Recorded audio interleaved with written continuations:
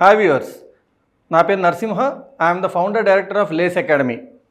ఈరోజు మీకోసము SSC సిజిఎల్లో 2024 real time question పేపర్లో ఇచ్చిన ఒక 5 మ్యాథ్ క్వశ్చన్స్ తీసుకురావడం జరిగింది.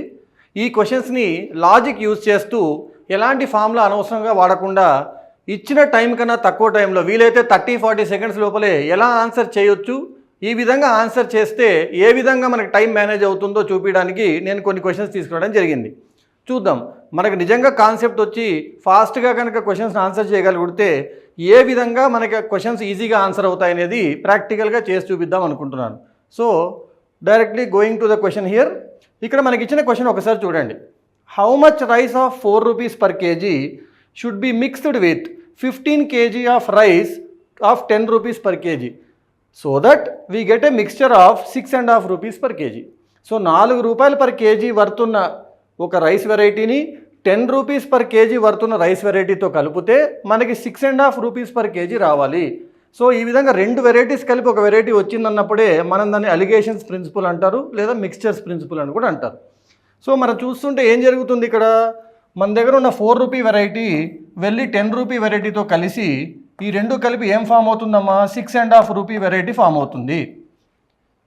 సో మనం ఏం చేస్తాం ఇక్కడ అలిగేషన్స్లో అంటే ఇచ్చిన 2 వెరైటీలకి వచ్చే వెరైటీకి మధ్య పరస్పర డిఫరెన్సెస్ ఎంతో చూస్తాం. ఇక్కడ డిఫరెన్స్ 2.5 ఉంది, ఇక్కడ డిఫరెన్స్ 3.5 ఉందమ్మా. సో ఈ డిఫరెన్సెస్ రేషియో తీసుకుంటే 2.5:3.5, లేదా మనం సింపుల్గా చెప్పాలంటే 25:35. 5తో క్యాన్సిల్ చేయడం మీకు వచ్చు, 5:7. సో 5:7 కనిపిస్తుందంటే మిక్సింగ్ ఏ రేషియోలో జరగాలి, 7:5 రేషియోలో జరగాలి. అంటే వీడు 5 కేజీలు ఉన్న చోట వీడు 7 కేజీలు ఉండాలి.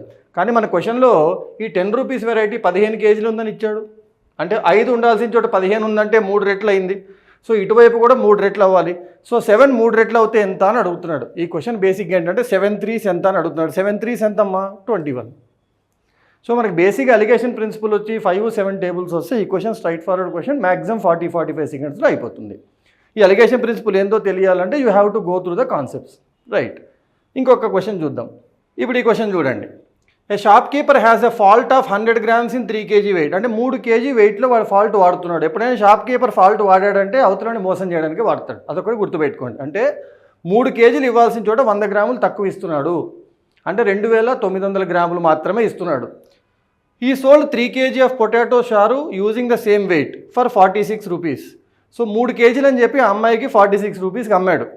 The cost of potatoes for the seller was 12 rupee per kg. వాడికి యాక్చువల్గా పడింది 12 రూపాయలు పర్ కేజీ పడింది. అయితే వాడికి వచ్చిన ప్రాఫిట్ ఎంత?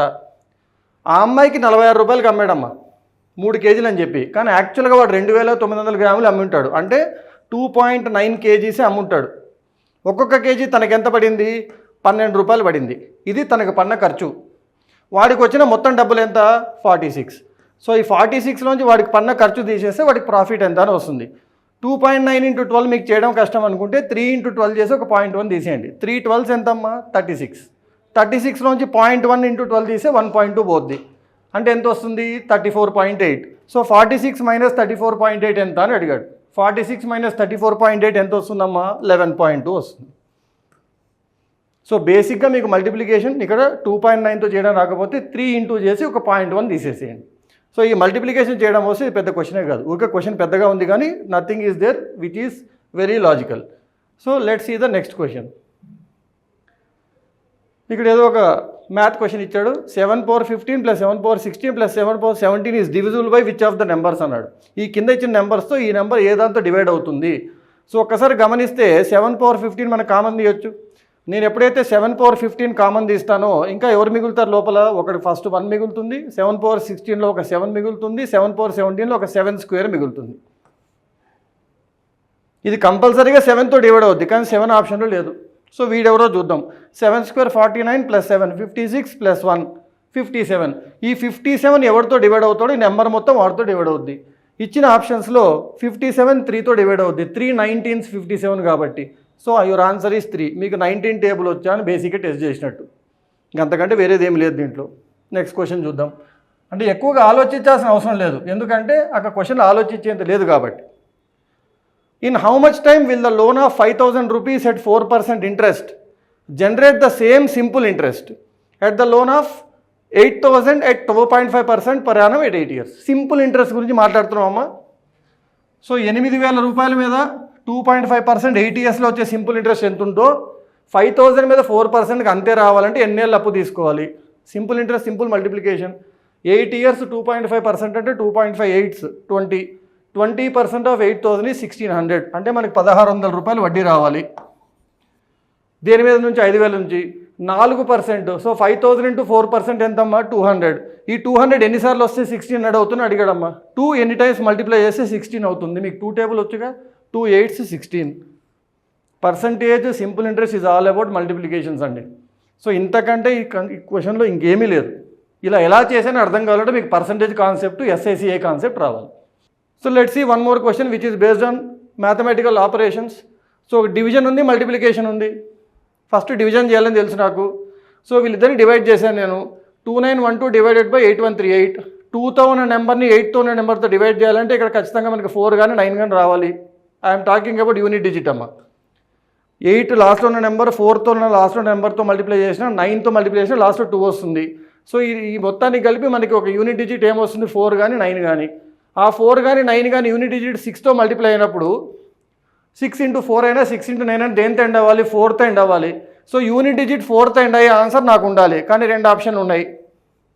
వీళ్ళిద్దరు ఎవరు అవ్వాలి చూద్దాం. 2912 నేను దగ్గర 3,000 అనుకుంటా. 3,000 డివైడెడ్ బై 8138. 327 is 81.